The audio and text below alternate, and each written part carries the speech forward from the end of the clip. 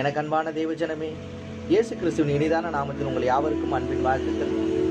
கிறிஸ்தவமும் புனிதர்களின் பயணமும் என்ற தலைப்பில் தொடர்ச்சியாக இன்று புனித லூட்விக் நோமென்ஷனை குறித்து நாம் தியானிப்போம்.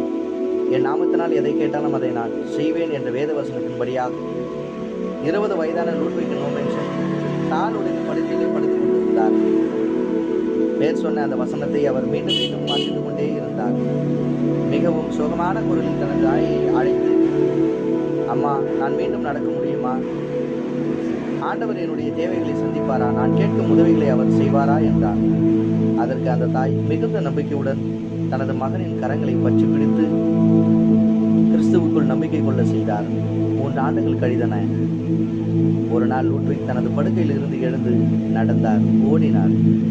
தனது 24வது வயதில் வேதாகமத்தை சுமந்து கொண்டு கிறிஸ்துவை பற்றி அறியாத மக்கள் இருக்கும் சுமத்ரா தீவை நோக்கி மிகப்பெரிய மிஷனரி பயணத்தை மேற்கொண்டார்.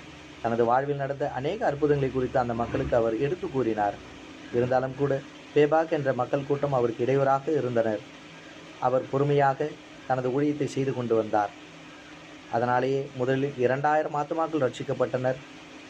அதன்பின் புதிய ஏற்பாட்டை அவர் பேபாக் மொழியிலே மொழிபெயர்த்து அந்த மக்களிடமே கொடுத்தார். புதிய ஏற்பாட்டை படிக்க படிக்க அங்கிருந்த மக்கள் யாவரும் கிறிஸ்துவுக்குள் அநேகர் வளர ஆரம்பித்தனர்.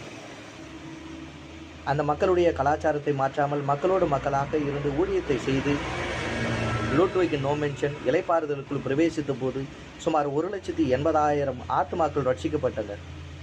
தற்போது இந்தோனேசியாவின் மாபெரும் கிறிஸ்துவ மக்கள் கூட்டம் இருக்கின்றதான இடம் சுமத்ரா தீவே ஆகும். எனக்கு அன்பானவர்களே, ஆண்டவரிடமிருந்து சரீர சுகத்தை பெற்றுக்கொண்டு அவருக்காக ஊழியம் செய்ய முன்வருவீர்களா? புனிதர்களின் பயணம் தொடரும். ஆமென்.